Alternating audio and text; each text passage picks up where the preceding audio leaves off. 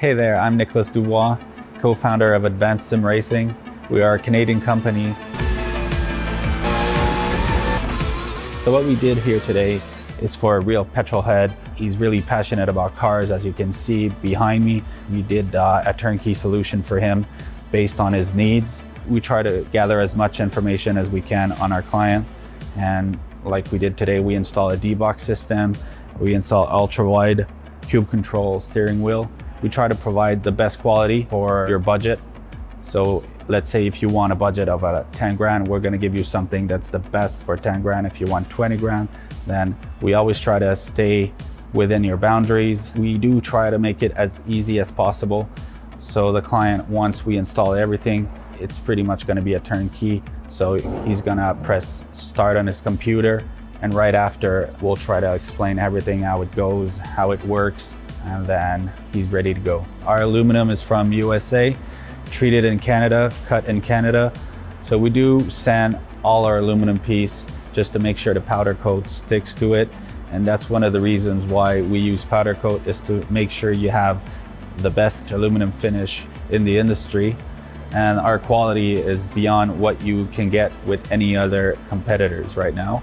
We are really, really passionate about all the gear, all the cockpits, all the sim hardware, and that's why we want to create something that's really gonna reflect our passion into our product. Come visit us at advancedsimracing.com. You can always reach us if you have any questions. You can call us, you can text us, you can go on Facebook, like our page, ask us questions over there, and we'll make sure to answer every questions there is. We are very passionate about what we do, and we try to make it as easier for you to go into the sim racing world, because there's a lot of gear, there's a lot of options, but let us guide you through your process, and let's hope you'll be an Advanced Sim Racing customer.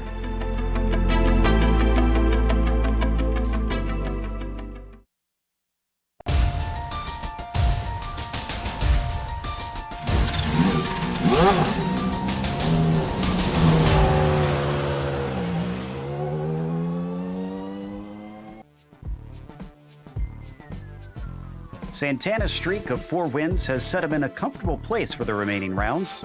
And while he finished 20th in the first race, and that will be discarded as a drop week, it leaves him no wiggle room for more bad races. Peterson can catch him, but his charge has to start now. Let's see if he can kick it off as we get ready to watch round 7 of the PRL Formula 3 AM series.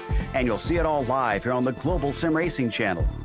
Hi, I'm Joe Peak, and with me in the booth is DJ Clark. Behind the scenes is our director, Sean Ambrose, and he's using cameras provided by Dougie Beard. Montreal is a track known for wild races. Whether it's the punishing nature or the unique layout, this place just seems to throw out wild cards. Let's head to our track guide to learn more.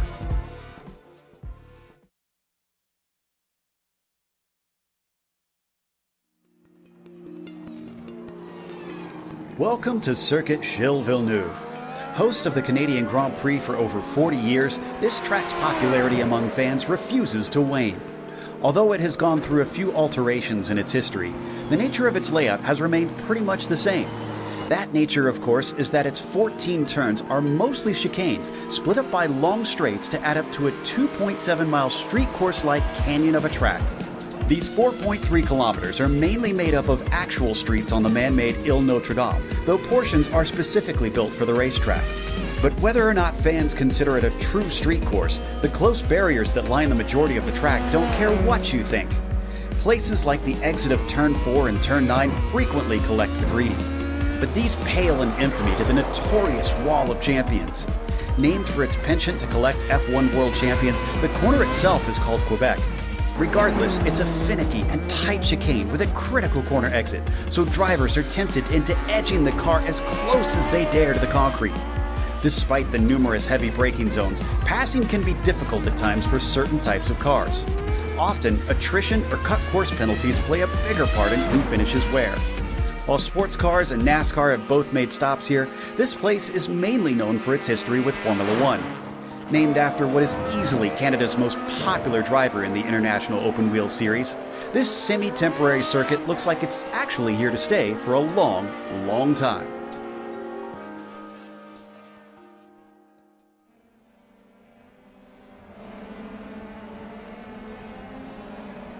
PJ, sadly, due to recent events, obviously we haven't been able to see F1 return here, but F3 cars today sounds like a decent substitute.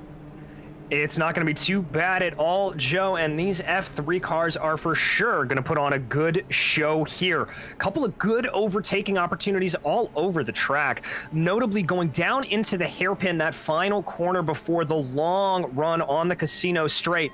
We've seen some aggressive moves get done through that final chicane into the wall of champions, but as always, drivers are going to have to watch out for that very close wall on the outside. But I think the best place to overtake is going to be going down into turn 1, the Senna S, the left-handed 90-degree corner immediately into the right-handed hairpin. Very, very tricky to get right. From there on out, though, it's a series of chicanes that overtaking will be at a premium, and drivers are going to have to be very careful because the aero wash can really affect you, even in lower downforce cars like these Formula 3s.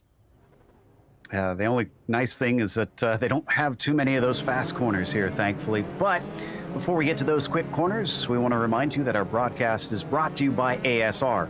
Owned and operated by passionate sim racers, Advanced Sim Racing designs and builds the sturdiest and most durable aluminum profile racing simulation cockpits available in the market today. Visit them at advancedsimracing.com. It's also sponsored by RaceLab. RaceLab helps you to improve your driving skills. With modern overlays, race statistics, and native VR integration, you can get the best out of iRacing. Start using it for free at racelab.app. Today's broadcast is also proudly sponsored by ButtKicker. ButtKicker products add an incredible immersion and realism to any game. Feel every nuance and truly put yourself in the driver's seat. Check them out at thebuttkicker.com. Today's event is also brought to you by SimMSA. Simulation Motorsports Affinity provides many consulting services, from completely customizing simulators to managing teams, individual drivers, and complete events. They're working hard to bring everyone together at one place to support and promote sim racing internationally. Find out how you can bridge the gap between the virtual and real motorsport at SIMMSA.net. And finally, the PRL Formula Series is brought to you by NinjaTrader. Ready to compete against the financial markets? Supporting over 60,000 users across the globe, NinjaTrader provides award-winning trading software and brokerage services. NinjaTrader is always free to use for advanced charting, backtesting, and trade simulation. Visit ninjatrader.com to get started with a risk-free trading simulator and start tracking your performance. The performance of Kevin Santana has been, I wouldn't say flawless, but pretty darn good in recent times. He has taken 4 wins in a row, and that has put him nearly a full win's worth ahead of Dave Peterson. Broomhead, not that far back from Peterson, but certainly is going to have to make even more ground up if he wants to go for the overall championship. Then you've got Duhamel, Coffray, Holtz, and Tebben back there for 4th, and a huge tie for 5th place. I'll see if that breaks up after this race, but why don't we take a look at the Teams Championship in the meantime? Well, Joe, in that Teams Championship, it is a similarly big gap up front for Viking Hot Rod Racing. Britannia iSports MRM, about 30 points back of them, with Leading Edge Racing looking down the barrel on Britannia, but a decent gap of 13 points. But there's a good battle brewing up for P4, only 5 points separating Eagle Vision Racing and Parabola Racing. Keep an eye on that one. Now, for today's race itself, if you've been watching, you already know the deal here, but for our newcomers, it is a 27-lap race, which is about 40 minutes in length, and it's open setup in this series. And since this is something of a beginner car on the ladder up to F1, this doesn't have quite as many options to toggle, but hopefully the drivers will still be able to suit them to their comfort. Now, they will have a drive-through penalty if they get 13 incidents and be completely disqualified at 17. There's a lot of places where you can cut the course and rack up those incidents, but you'll probably be more worried about the slowdown penalties that'll come out of that. See who gets the bonus point for pole position, because we're still waiting for a number of drivers to set a time, but Coffray is fast once again. He just can't seem to keep this up in the races themselves. The 28 car has about a tenth and a half over Broomhead currently. He does indeed, Joe, but I think hopefully for Coffret, if he's able to start out front, a couple of his problems in previous races have been caused by some incidents in front of him. So maybe by getting himself pole around here, he can do himself some good. Watching in as Dave Peterson bumps his way up to 9th place, and Tyler Gore comes into 13th, with Blackwood coming in last in 18th as of present. Interestingly, Sebastian has yet to take a pole this season. That'll be a feather in his cap if he can make that work. So we watch the lead car come around Lepingle, still waiting on about 10 cars to put a time down, one of which, who has not necessarily been quick in qualifying, but usually quick in the races, Joey Tebben, has still yet to set one. He's been struggling with some of the curbs here today, so hopefully he can put a clean one down. As Sebastian now into the Quebec chicane officially, but everybody knows it as the Wall of Champions. That's clean through there. Let's see if this is going to be a quick one as he travels toward the line. Santana goes faster than him, so the pole is taken away, but he hits a 30.6, and that is going to put pole right back into the hands of the 28 car. He'll be very pleased with that, and that was benefited a little bit by Steven Ritters, the 66, riding in front of him, getting a good draft down that back straightaway. James Holland looks like he is unable to improve. Here comes Bennett across the line. That is going to be an improvement for him up to 8th place. Looks like he's going to take a little off track there. Broomhead had his last lap not count, but he's going to be relatively okay, sat in 3rd right now. Dave Peterson just crossed, improved to a 31.5. Remember, he's 2nd in the championship right now, so he probably wants higher than the 3rd row here because he doesn't want to have to try and pass too many cars today. Blackwood will not have that lap count for him either. Horvath still one looking to set his first time lap. Still has 4 minutes, so there's certainly opportunities to get that in. Now he's got one at a 33.1. That'll be 14th. Still waiting on about 5 or 6 drivers to put a first time in. Cadence Presley, one of those drivers. Here comes Cadence in that number 1 machine, an independent driver coming to the line right now. Let's see if this lap is clean for Cadence, and it doesn't look that way, so he's going to have to do another one. Joey Tebben there, not able to put in a good time at the moment. He's going to look like he's going to re-rack and try again. Yeah, he cut the course again, unfortunately, through that final chicane. Looking at Ritters, last time an improvement, and he's up to the front row ahead of Santana.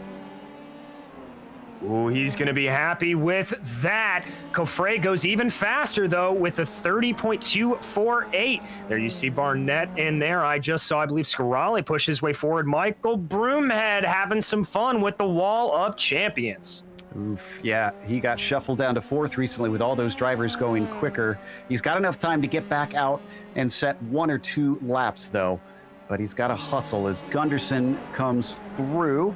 That 31.1 will put him up into 6th. Unfortunately, pushing Dave Peterson in that 35 down to 7th, even though he improved to a 31.2. As we now see David A. Bear. Looks like he had a bit of a connection problem, though, so we go to Nick Horvath. Here comes Nick to the line. That looks like a good time if it will stick, and indeed it does. That'll bump Nick Horvath up to 6th place. Marcheschi unable to improve there so he will stay in 13th. Here comes Cadence Presley again to the line, running a little bit wide there on the exit of the corner, catching a little bit of the grass. That'll slow him down a little bit, but there he goes. Does that lap stick for Cadence? It doesn't look like it. No, it did not, sadly. Ridgeway up to a 30.8. Robert now going into 4th. The times are tumbling here. It is a somewhat cool track with it being early in the morning, so I wonder if that is contributing to it as drivers get their times down. Let's see who is next to cross. I see Vargas coming through. He's not going to be able to go any quicker. Neither does Bennett. What about James Holland? He does, down to a 32.1, and that will not get him a position, sadly. And this looks like an outlap here for Michael Broomhead on his way out. Dave Peterson, though, looks like he's on a good one. Let's see if the Viking Hot Rod racer can improve. Ooh, off by about 0.03 of a second. And he's already down to 9th place, so this is dire straits for Dave Peterson. He has got to be quick on this last go-round because he's not going to get any more tries after this lap. So what about Horvath, who is in front of Peterson? A 31.1 for his last lap. He's nearly a second off of the pole time. Looks a little bit off the pace here coming down the front stretch. And yeah, he's gonna pull off. So he is done for the day. Next up, we have Cadence Presley. Ooh, big hop at the curb there for Cadence coming through that Quebec chicane before the Wall of Champions. Very lucky wasn't collected there into the wall. I think that may have damaged the car. Here comes Robert Ridgway, though, currently in 5th. Is that going to be a better time? It is, down to a 30.634. That's 2nd place. Wow, Santana, a 30.065, and Santana is now on the pole. Cofre follows, can't respond. A 30.1 will keep him in 2nd place. Ritter's unable to improve as well from that 4th place position. Here comes Tyler Gore, able to improve by a couple of hundredths of a second, but that's not going to move him up the order. Here comes Keaton Marcheschi. Looks like an outlap there for the Parabola Racing driver, so he's not going to be able to get anything down. Here comes James Holland. 31.5, and that will improve him to 12th place. Things are constantly moving in our timing sheet. Kita, last one to start a lap potentially, and unfortunately that one doesn't count for him. Peterson crosses with just enough time to start another one, and that'll be a 31.0. That's only up to 7th. If he gets this one clean, he could try and go one quicker, but this is his last opportunity. Collender is going to be the next one by. Collender diving down into that final chicane. Great camera angle there. Whoa, you can see him getting a little bit squirrely. Yep, indeed. He's going to be into the wall. That's going to be a contact there for Collender. He's going to be out of it. And we're going to focus back now on Robert Ridgway, that 3rd place driver. Let's see if the 17's got anything for Kevin Santana. Ridgway briefly held that pole position, but the times have been coming down so quickly that he's already half a second behind the leaders in 3rd place. Is this going to be enough? No. And Santana even faster with a 29.95. That is the fastest time and the only sub 30 we've seen here today. Here is Ritter's. Ritter's not going to be able to touch that mark either. After that, Tebben still never set a lap, sadly. Gore, a 31.0 all the way up to 7th. That's a lot of positions gained by him. James Holland up next in the 13th spot. That number 2 car improves to a 31.2, and that'll put him into 11th place. Then it's going to be Takeshi Kita. A little bit of a wiggle there coming out of the Wall of Champions for Takeshi. That may set him back a little bit, and indeed it does. So he's going to be happy with a 5th place to start out with. Dave Peterson able to go a good amount faster, as is Matthew Gunderson. Gunderson bumping his way up to 4th. But Peterson's didn't count. Unfortunately, either he crossed the line too late or he must have had an off track somewhere. So poor Dave Peterson, 2nd in the championship, will start from 9th on the grid. He's going to have a lot of work in front of him for sure. What a qualifying session. We still missed what looks like 5 drivers who were not able to set a time today. We'll have to start from the back of the field. We covered Tebben on that one. Accord, Presley, Hotham, and Law will also be joining him. It might actually be a little bit of an advantage because they can maybe hang back a bit in case we have a big wreck. Indeed it might. We've seen some big comings together in that tricky first sector through the Senna S as well as through that first chicane sector, so we'll have to watch out for it, Joe. On our pole position, Kevin Santana managed to beat out Cofre, keeping him away from his first pole as Ridgway starts from 3rd and Gunderson P4. Steve Ritter's on the inside of row 3. He'll be flanked by Takeshi Kita, who just missed out on a win last week. Tyler Gore starts from 7th as Broomhead is 8th, Peterson 9th, and Horvath in 10th. Starting off in 11th is going to be James Holland, followed by Tyler Scarali next to him. Behind them, it'll be Manuel Vargas and Mikhail Plord, with Keaton Marcheschi and Frederick Brenet in 16th. Donald Olson will line up 17th, followed by James Carter, with David Hebert and David Blackwood rounding out your top 20. Heffernan starts in 21st, followed by Collender in 22nd. Barnett, the last one to set a time, in 23rd. And as we mentioned, Law, Hotham, Accord, Tebben, and Presley will start from the back of the field. So, as the clock ticks down here, the rest of the drivers will need to get gridded up pretty soon, including our pole sitter, Kevin Santana. Might just be double checking to make sure that he has got everything set up and the right fuel and everything in the car after that qualifying session. Just Holland and Marcheschi along with Kevin that we're waiting on right now. Santana's got a healthy lead. This pole position going to help that with those bonus points. Can he follow it up with a 5th victory in a row? Last one will be that number 801 car, the 15. He's out there. So with all the cars ready, the engines start to rev as the lights come up. It's round 7 and the green flag is out. Kevin Santana with a very good start. Behind him, it's a battle for third as Ridgway got off poorly and Gunderson looks to his outside down into the center chicane. Can we get through clean? So far, so good up through the mid-pack, but now we got a spinner, it looks like. Someone off in the grass, otherwise we're good. I see Dave Peterson falling down through the order, no. Joseph. That's got some pretty big championship implications. Dave Peterson to the very back of the field in the second corner on the first lap. I'm not sure what happened, if he got hit or what, but things have gone awry as we watch them now head along the river. Santana still ahead of Coffre. Yeah, Santana trying to build up a good gap there, but Coffre keeping him very, very honest. He's going to have to watch that once they get through these final chicanes and out of the hairpin. It's going to be Draft City there, a big train forming behind them in what looks like to be P4 on back. Yeah, that's Gunderson, followed by Ritters with Kita, Gore, Broomhead all in tow. A look to the inside from Ritters as Gunderson does not defend. They've both got to get the power down as soon as they can off Lapingle. And it looks like Gunderson's going to have a bit of an advantage. He is indeed, but if Ritters is able to stay alongside him, that'll be pretty good for him indeed. Be able to have the pretty superior line. Oh, a little bit of back and forth. Coffre making a move at the front. Pokes his nose out, manages to outbrake him. Is he going to be clean through? Yes, he is. Through the wall of champions, Sebastian Coffre is going to be your new leader at the end of lap 1.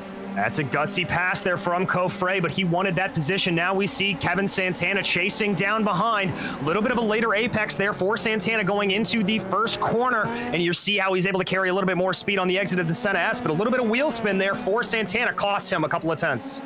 A lot of swapping around from 4th on back. Gunderson ahead of Kita, who got past Gore with Broomhead in there as well.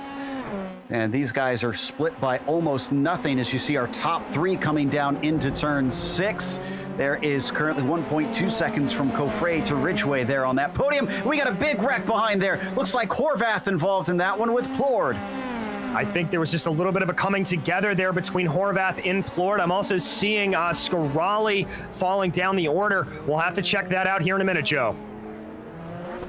Yeah, we got the replay. I think Plord is the one that kicked it off. Oh, yeah, he gets into the back of, who was that, Scarali. And then, unfortunately, when he's into the grass, Horvath just was kind of a sitting duck and slides across into him. Those two took major damage off of that contact. Back up at the front, real time. That is Coffre leading Santana by about 0.6 of a second. That's a pretty big gap to be able to pull out there over the course of a single lap. So good 1 lap speed from Coffre. Ooh, getting a little flirty there with the wall of champions. Starting lap 3 now, down to the Senna S once again. And for a brief while, Coffre held the fastest lap, but Ritters one-ups him immediately out of that first chicane and down towards turns 3 and 4. Looks like they're spreading out a little, so I think we've got an opportunity now to try and check out what happened to the 35 car on that first couple of corners. Let's take a look at the replay here. I can actually tell you right now that Peterson is heading into pit lane, so he must have gotten some damage or something, because this is certainly not within the time frame of a scheduled pit stop. Here we go from the beginning on the grid. Well, there you can see the Viking Hot Rod Racing driver. That's Peterson on his rear wing there. Jump on board to the roll hoop here and check this out. So pretty decent getaway. Not too bad, not too good either. Just absolutely well done. Gets a little bit of pressure from the outside as he goes into the first corner. See if there's any contact. Yeah. Not sure who that was, but they are certainly going to draw his ire, I'm sure. Maybe he had a little bit of suspension damage or something, because that was such a light contact. The only other thing I could think is that maybe he touched the wall when we weren't looking while he was at the back. Yeah, I mean, it's a relatively tire-to-tire contact. I wouldn't think there would be major suspension damage, especially after iRacing has sort of retweaked the damage model on these Formula 3s, made them a little bit stiffer. So I'm not entirely sure why he chose to come down there. The other thing is, Joe, is that if there was suspension damage, he wouldn't really be able to get that fixed in a pit stop. I found it. Unfortunately, he did hit the wall out of turn 8 and 9, just outbraked himself, went into the grass and couldn't stop it. As we come back up to Santana, still kind of split equally between Coffray and Ridgway, but look at how close Ritters has gotten to that 17 for the final podium position. And remember, Ritters is up past Matthew Gunderson. Ritters starting down in 5th place. He's driving a really good race here. He had a good side-by-side battle going down the backstretch. Pretty good under braking here as he continues to follow Robert Ridgway. You're going to want to keep an eye on this, Joe, because he's looking very strong. Yep, running that classic open-wheel livery there on his car as he breaks down into Lapingle. Ooh, it's very close on the exit. Actually has to take a bit of a wider run. Ritter's almost getting into the gearbox of the number 17. That seems to have cost him a bit as well. Yeah, that just forced him out a little bit wide. I think he wasn't anticipating quite the concertina effect that was happening there. So that's going to drop his gap down to about 0.7 of a second following their Santana and that leading pack that we had been following. Ridgway, in turn, able to close that gap down a little bit to about 0.5 of a second.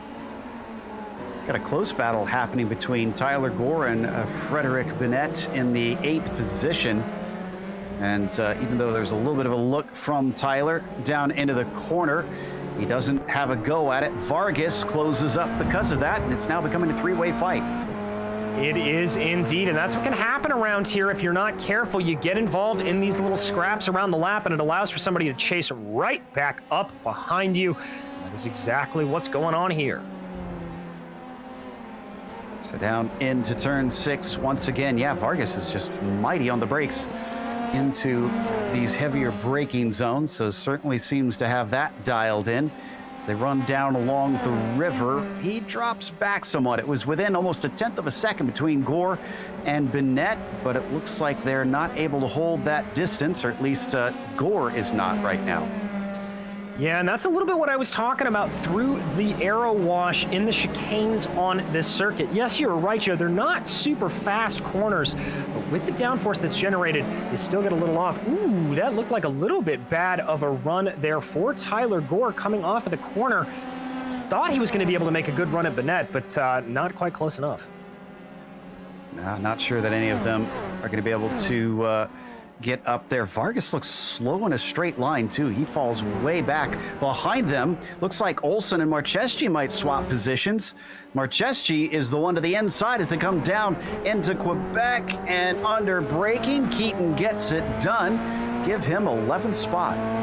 A good move there from Marcheschi, and a heads-up move from Olsen, not wanting to go too wide through there. Always a good call. There's really only one lane through that Quebec chicane, even in these smaller Formula 3 machines.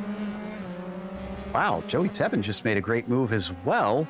He's up to 14th, so despite the lack of qualifying, he's on a charge, but his luck has not been the greatest in recent races, so we'll cross our fingers for the 60 that maybe that has changed around in today's event. As we watch this pair fighting for 11th weave their way through turns 6 and 7, and now picking up speed once again. But we're going to step away from that because Ridgway and Ritters are not going to let go of this fight for the podium. No, they're not, and that was a bit of a wider line there on entry from Ridgway, trying to block off Ritters the best he could. But now Steven Ritter's within 0.4 of a second. We've seen that be effective. Watch him as he pulls close here, and bad news for fans of Dave Peterson in that championship hunt. He has disconnected from the session. Oh, wow. And I have to check to see. Yeah, so that will be his first 0 score this season. And that'll have to be his drop week, unfortunately. Along the front stretch, just not quite close enough, but behind them, Bennett and Gore are going to be very, very close coming into the first chicane. In fact, it looks like Bennett's going to have the inside down into that corner, but he's not brave enough to get that wing alongside those tires. And that is all down to the guts of Tyler Gore. Bennett trying to fight back a little bit going into that next chicane. Not able to. There you see him fall back a little bit under braking. They push their way through the corner now. And this is that battle we've been following. That is Manuel Vargas there stalking behind. Yes, so it's still a 3-car battle. They seem to have been able to hold that 22 at bay. And Bennett is as close as he keeps getting, can't seem to get the job done. I wonder if maybe Bennett is better on the second half of the course once they get out of Lapingle. Let's stick with this and find out. Well, Joe, it does come down a lot of times to setups around here at Circuit de Gilles Villeneuve, as you can really get the car for that second sector or that last sector on the track. Keeping a ride on board with Bennett here. Let's see what that run's like.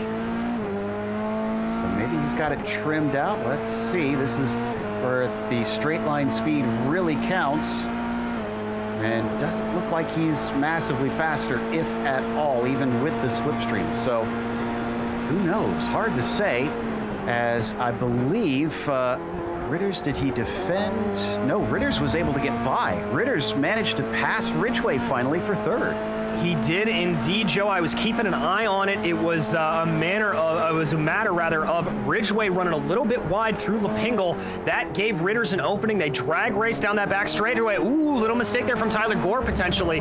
But Ritters able to get the move done going into the Quebec chicane. These two are not done yet, though. Through 3 and 4, we're getting very close to the wall. Tyler Gore leaving nothing to the outside of those right side tires as they break into 6 now. Just hovering behind Bennett, trying to size him up, trying to get the exit off the corner, but he doesn't have it, so the 7 stays safe in 8th. It's going to stay there for now, and that is one of the problems coming through those corners, is it's pretty easy to get wheel spin following in that arrow wake. Little jump of the curbs there for Gore as they make their way through the final chicane, headed down now to Lapingle. That gap starting to grow a little bit at about 0.5 of a second before they get in under braking. I believe we're getting close to the pit window opening. Will we see anybody try and duck in? Off of Lapingle, Tyler Gore with a fantastic run here, keeping himself well away from Bennett's arms, unfortunately for him. And even with the slipstream, he is nowhere near close enough, weaving a little bit to try and break that. Going back to Collender now, as Nick has got, looks like Brett Accord in front of him and Heffernan behind him. Ooh, Heffernan missed his apex a little bit there. I think he was trying to take a later approach into the corner, carry a little bit more speed on exit. I don't think that worked, but Collender is going to be, Collender I thought was going to be a lot closer to Brett Accord. Not exactly happening the way I thought it would there, Joe. Bad news for fans of Frederick Bennett. He smacked the wall of champions, added his name to it, and he has taken a tow and is in the pit lane. Let's see everybody clear through there. And this group, in the meantime, thankfully don't have more victims right away. Accord still leading Collender, and a front of them, Brian Hotham. Oh, and a spin. That was Collender, who went around, slowed up the car behind him, causing a battle between Horvath and Heffernan. He did indeed. Good of him to hold the brakes there, not cause any other problems. But we see there as he continues on, able to keep going as of right now. I think Horvath took well advantage of that, just snuck to the inside, cut underneath of Heffernan, and got himself, no, excuse me, that's not for position. Apologies, Horvath is a lap down. Well, it made a little bit easier time then of trying to make that overtake. So up at the front, it is still Coffret leading Santana. He's been looking to try and take this elusive victory for some time, and right now he's got 0.8 of a second, but that is by no means safe, especially once they start to get to traffic at this track. Most certainly, Joe, and they've still got a little bit of time before they get up to the back of James Holland and Cadence Presley, who are currently running in 25th and 23rd, about 16 seconds up the road of this battling duo. I will say Santana looks like he's got a little bit more speed through the twisty bits of this track, and it looks like Coffre may be a little bit more trimmed out and able to just maximize speed coming down the Casino Straight. Which may have wound up being a masterstroke, because I mean, he took advantage of that pretty much on the very first lap, was able to overtake Kevin. So even though Kevin seems relatively even on pace to him, Sebastian's just going to be almost impossibly hard to overtake if he's quicker in a straight line. Now up to 10 laps in, so we are definitely within a third of the race and now in the pit window. We are indeed. With the cool track temperatures, though, I don't really anticipate anybody coming in for tires necessarily. This isn't a super abrasive track, so I don't think we're going to have that concern to deal with. It's just going to be a matter of topping off the fuel. And yeah, there you can see it. Coffre really starting to stretch his legs as they get into the braking zone. About 9.5 tenths growing that advantage over Kevin Santana. Update for those who are wondering about those who've had trouble. Peterson has DNF'd, Plord and Bennett. They're already done for the day. It looks like Scarali might join them soon.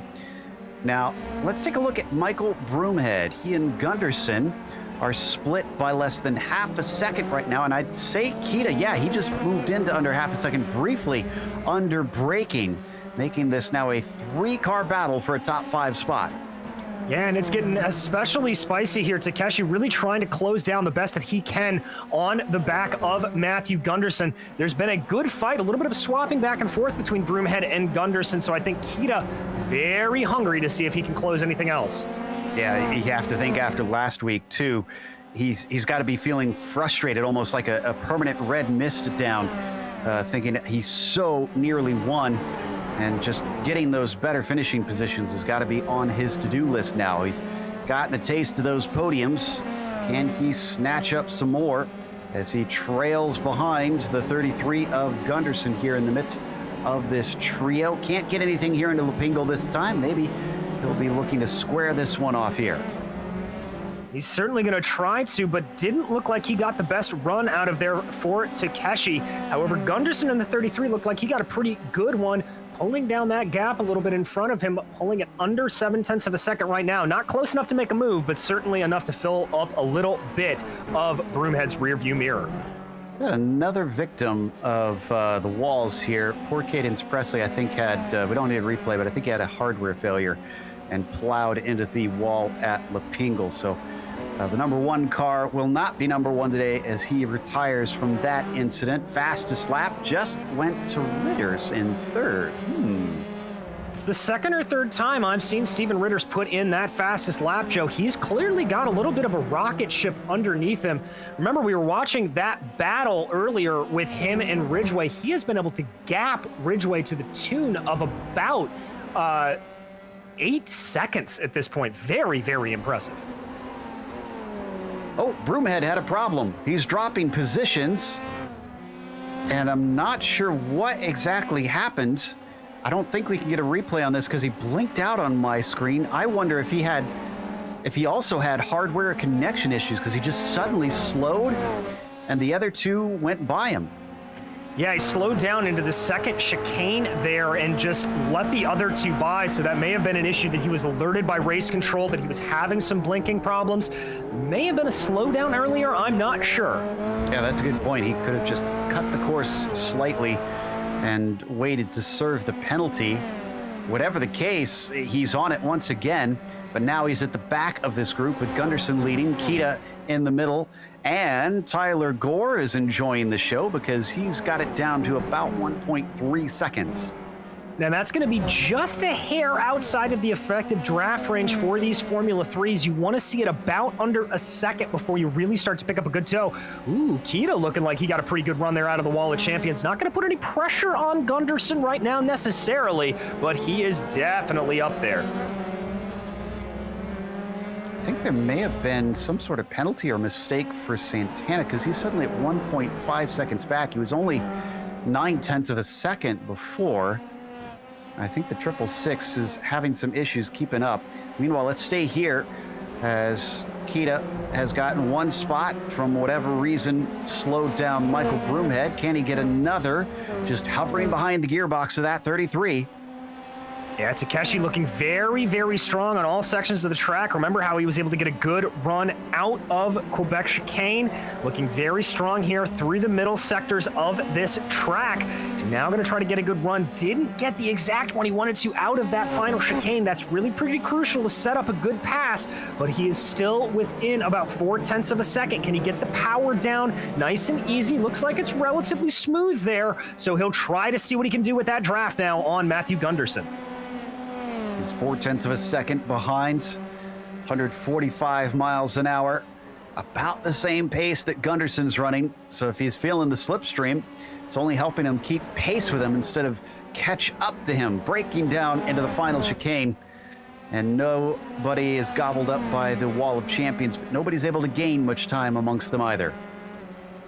No, by the end of that straightaway, Takeshi was able to get an advantage of about 3 miles per hour, but that's not really enough to do it. A bit of a wide run there off the exit of the corner for Gunderson, but I think that was deliberate, just a little bit of it away to try to keep as much momentum as possible.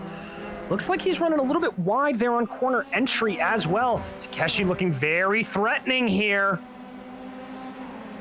Shows his nose a little bit, but decides not to chuck it in this time. As he comes down the backstretch, he could get another bite of things. Let's see if this will offer him a chance down into turn 8, and I don't think it looks like it, sadly. As they break into that corner, he's just going to stay patient, waiting for the chance, maybe a mistake from the 33 at some point, maybe a slowdown penalty if he outbrakes himself along the way. I've been half keeping my eyes on some of our drivers that were gridded up at the back. Both Tebben and Accord up more than 10 positions at this stage, so they're being pretty handy. Hotham actually as well, up by, I think it's 9 positions from 15th to 14th, so 11 positions, excuse me, as someone comes in the pits, and it's Steve Ritters. It's one of our pole sitters. All right, there we go. The first driver to bite down pit lane being one of our leaders. So that's certainly going to change things up a little bit. Manuel Vargas also coming in from what is about 9th place as we're waiting for Ritters to come down here, finds his stall. So it's starting to kick off now that we've passed that halfway mark, with a few drivers taking interest in splitting this equally. Vargas coming through. And I think Marcheschi up next. So Ritters is back out in 8th, and he's in clean air. Vargas still waiting to get to the cones. So we watch Coffret up at the front, coming out of turn 9. Yeah, it looks like Vargas is also in clear air. So they timed this one beautifully if they are looking for an undercut. That's going to be a good call for them. Following there on your leader there for a second, you can see Santana able to eke that gap back down again. This is the 22, though, of Manuel Vargas. As you said, Joe, in clean air, that'll help him through that middle sector a whole bunch. So we watch from on board our second place driver. He's made up some of the time that he's lost, down to 0.8 of a second on Coffret. Both of them hard into the wall of champions, but not literally into it. This time, though, Santana keeps it down just under 0.8 of a second, loses it back on the front stretch, but he was just throwing that car into that last chicane at a huge rate of knots. Almost like he did not care. As we got another one in pit lane, Ridgway, Gunderson joins him. Gore is also in. And that's pretty crucial there. Remember, that was the battle that Takeshi Kita was with Matthew Gunderson. So that'll be crucial to see. We'll be able to get a very real comparison here if the undercut plays out for any of these drivers. Absolutely. Vargas is just coming through the last chicane past the pit entry. Ritters is out and rolling.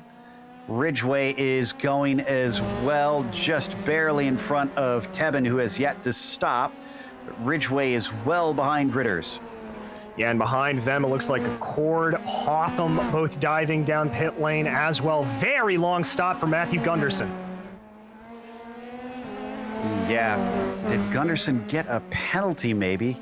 Checking to see if he sped in pit lane. If so, we'll probably be coming out at about 45 to 50 seconds. I'm looking at it right now, Joe. Yeah, yep, yeah, he did.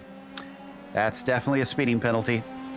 Was in a good 20 miles an hour over the limit, and even if you try and brake and slow that up as soon as you can, it's probably going to ding you for something like that. We're watching the number 5 of Broomhead, just behind Takeshi Kita. Broomhead recovering from whatever plagued him earlier and is on top of the wheel now. Takeshi Kita going to have to play defense for the second race in a row. He will indeed. Broomhead applying a lot of pressure here. Little bit squirrely there coming out of the corner, but able to hold it well. Behind them, Donald Wilson, the latest to dive down pit lane.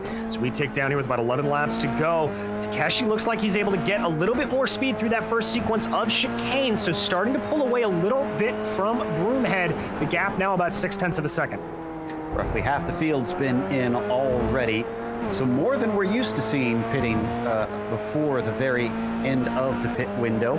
Looks like Olsen clean in and out with 5.5 seconds for him. As we continue to watch from onboard Broomhead, looking forward towards Takeshi Kita, who's a whole 15 seconds back from Santana in second place right now. Santana yet to pit just like Kita. And remember, we do anticipate Ritters and Ridgway to slot out there in between that 15-second gap. And now Kevin Santana dives down pit lane, as does your leader, Sebastian Coffret. Okay, there's the call. With about 10 laps to go, 11 laps to go. Is Kita going to follow in? Yes is the answer.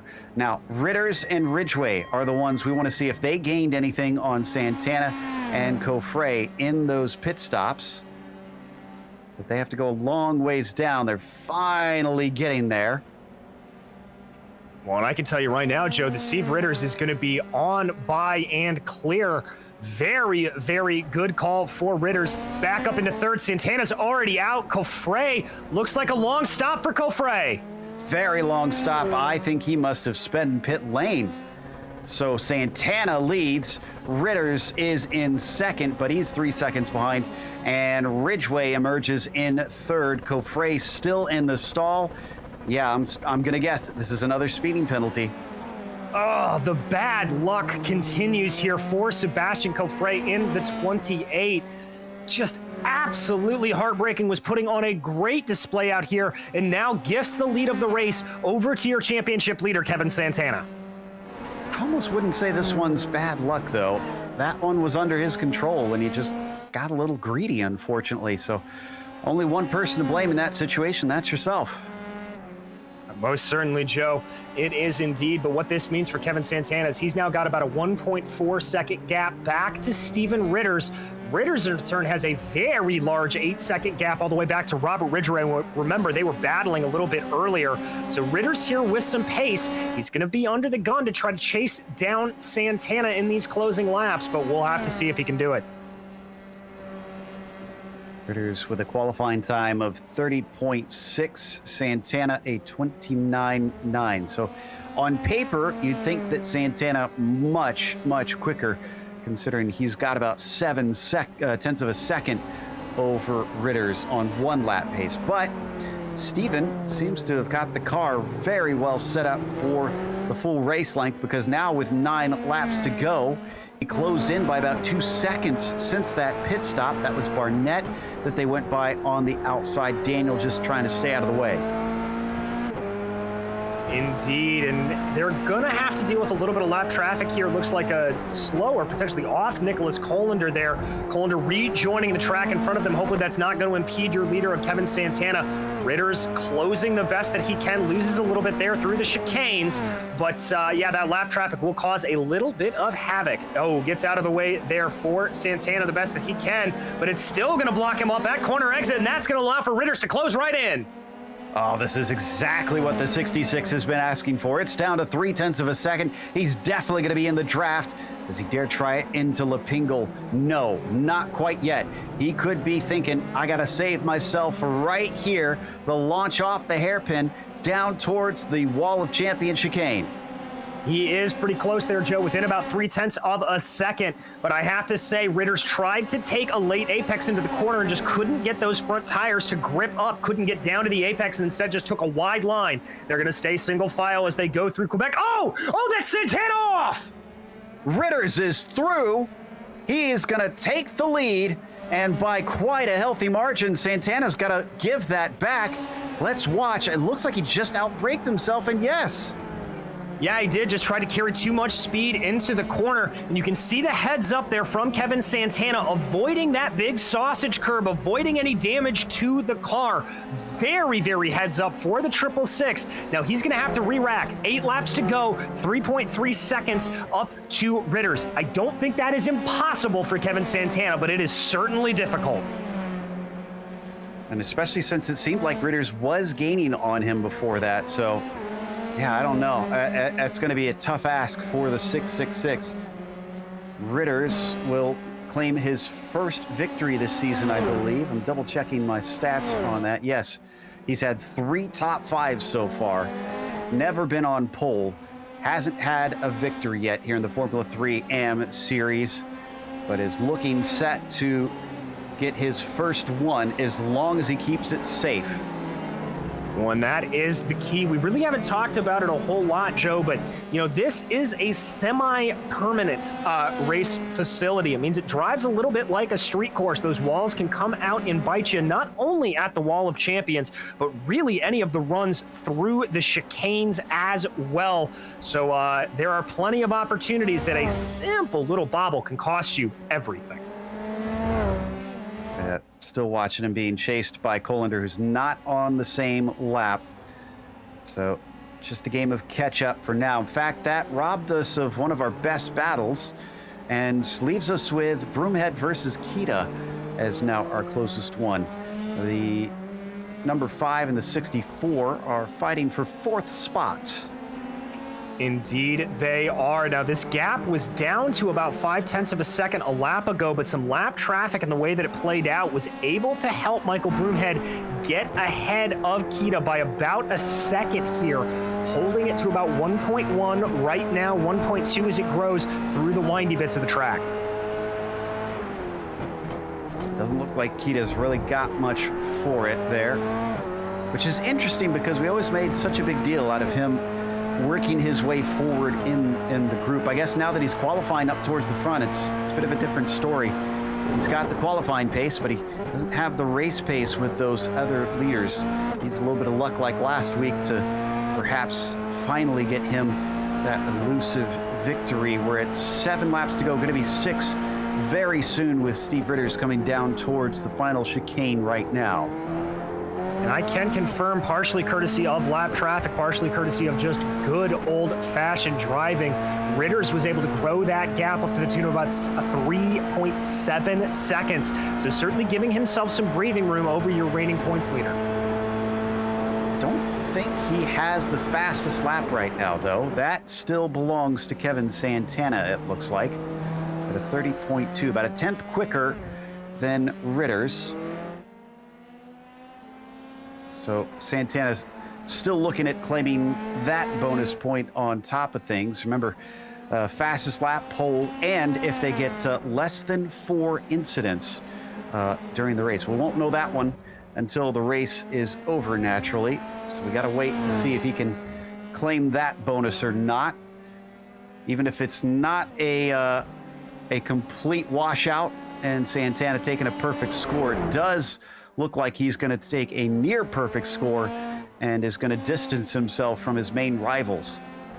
Yeah, indeed. We talked about it earlier. Dave Peterson, second in the points right now, a DNF for today. And even just a good points haul for Kevin Santana will help him to grow that gap as much as he can. All eyes focused on Steve Ritters right here, coming to the line with 5 laps to go. He will be very pleased to do this. He's got a little bit of traffic in front of him. That's David Blackwood he's going to have to deal with. The next car up the road will be James Holland, who I believe is actually currently in pit lane. Looks like Kofre just overtook Joey Tebben. Let's take a look at that. I think this happened on the way to turn 8. Yeah, look at this. Sets him up, puts him offline, squares off the exit. He's going to have a much better exit. And as soon as he gets that slipstream, off to the inside he goes. Easy pass down into T8. Yeah, very good move there from Kofre. Trying to force Tebben, I think, into a little bit of an error if he could, but just absolutely nailing that. See a little bit of weaving there for that pink machine of Sebastian Kofre, just trying to break a little bit of the draft, give himself some breathing room over Joey Tebben if he can. Kofre now running 9th with Tebben in 10th. And only 16 cars are left on the lead lap. Blackwood right now is your lowest for that one. And we've got what looks to be about 7 more that are currently racing on track, either a lap down or more. So they're just trying to collect some points, unfortunately, for this remainder of the race. That may have just robbed us of the only battle that was coming together, it seems. Because Kofre now pulling off at about a second ahead of Tebben. We do have a battle for one of those lap down cars. Heffernan and a Bear seem to be in quite a tussle. Yeah, they are. And the 22 of Manuel Vargas just trying to get through them. He is a lap up from them. That's James Holland traveling behind. He's a lap down. So Vargas right now splitting that battle, but that's going to help, I think, David Hebert a little bit. He'll be able to pick up a little bit of the draft off of Vargas's machine. He's really got to hope for that right now. As we watch from Hebert's perspective, way off the racing line there. And Vargas, even though he gives him a tow and is a lap ahead, well, he backs out. I was going to say, Heffernan going to try and get through to make chase, maybe get away from Hebert, but it wasn't meant to be. And Holland behind them, also another one not on the same lap. So while he is close behind in position, he is not behind them and fighting for position here at the end of this race. 4 laps to go now, and Ritters has got this one well in hand. Yes, he does. Gap holding true at about 3.2 seconds. So that chase given by Kevin Santana just not really playing out the way the 666 driver would have hoped it to be. The good news for him, though, is he's got a big gap to the tune of about 10 seconds back to Robert Ridgway in 3rd. So he's at least got some time to just kind of take it cool and relax.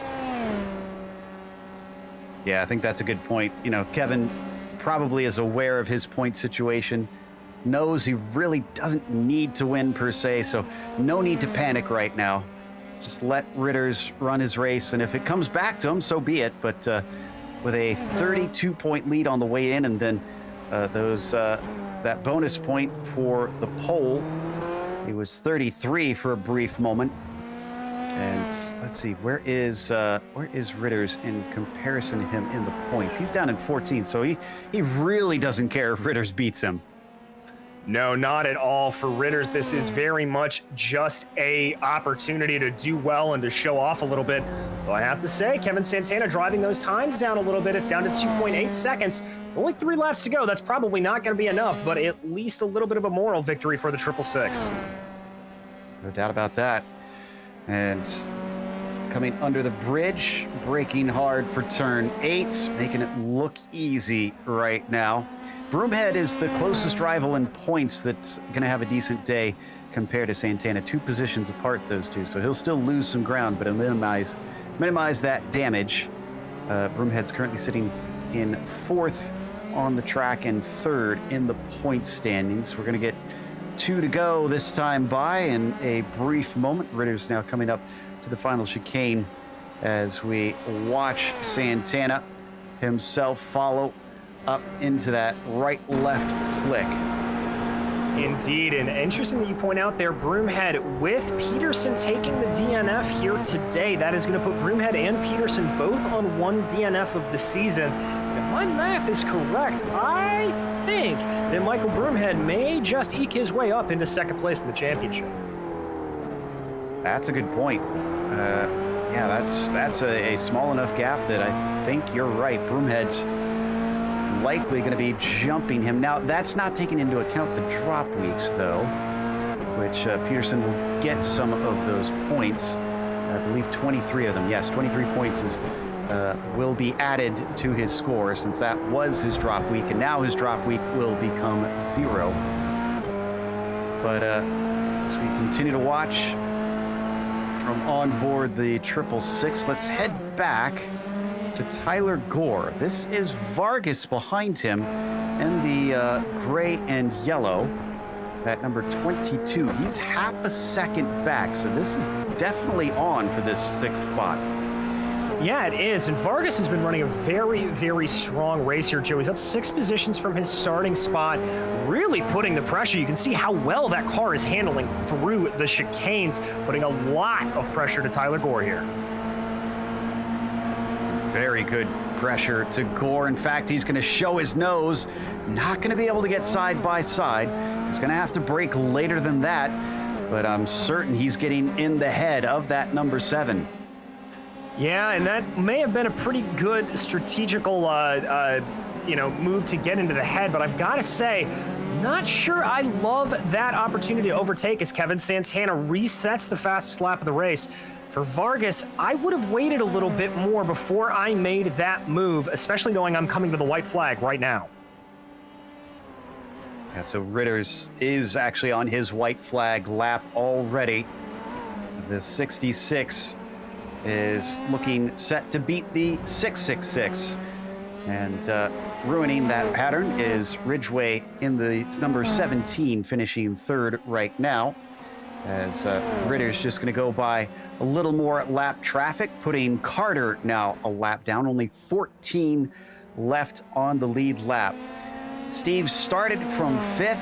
His qualifying laps were actually numerous ones. He gave it a number of tries, but for some reason he couldn't hook up a quicker lap to go above the 3rd row. Regardless, Steven has put a most incredible race together, has avoided the pitfalls that many of the other drivers have fallen to, such as going off and getting a slowdown penalty, clipping the wall, making spins and mistakes around here, running into other cars. No, Steve Ritters looked just about darn perfect out there. The 66 is going to take his first win of the season, breaking the streak of Kevin Santana here at Montreal. And Santana, for his part, will come across in 2nd, able to get that gap down to about 1.5. Robert Ridgway, the 17 machine, will be able to cross the line in 3rd, with Michael Broomhead hot on his heels in 4th. Ooh, Coffre could get one more spot before this is done. He's in 8th with Vargas right in front of him. He's going to look for it. Vargas doesn't defend. Will he be good enough on the binders? Yes, he will. Coffre is through. And a last gasp effort for a 7th place for the guy that started on the front row and sadly will fall well down in the race itself. The last of our drivers are now cycling across the line, so we're going to take a quick break. We're going to come back with the unofficial results as well as driver interviews, so stick around.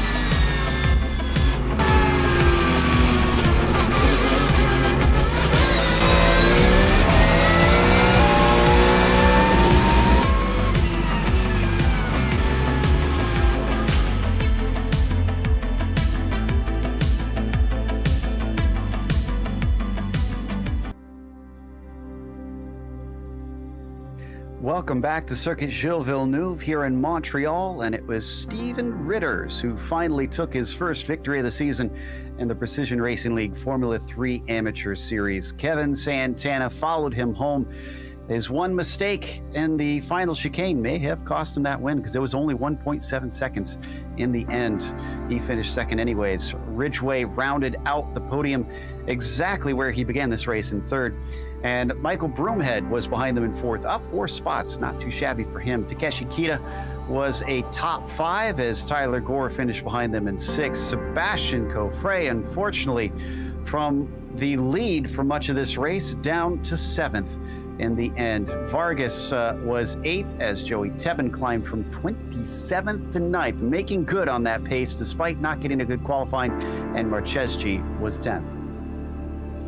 In 11th, it was Donald Olson, followed by Matthew Gunderson, with Brett Acord and Brian Hotham both rising up through the order in double-digit fashion to finish 13th and 14th. James Carter was your first car a lap down in 15th, followed by David Blackwood and Nicholas Colander in 17th. Daniel Barnett was 18th, followed by Colin Heffernan and David Hebert in 20th.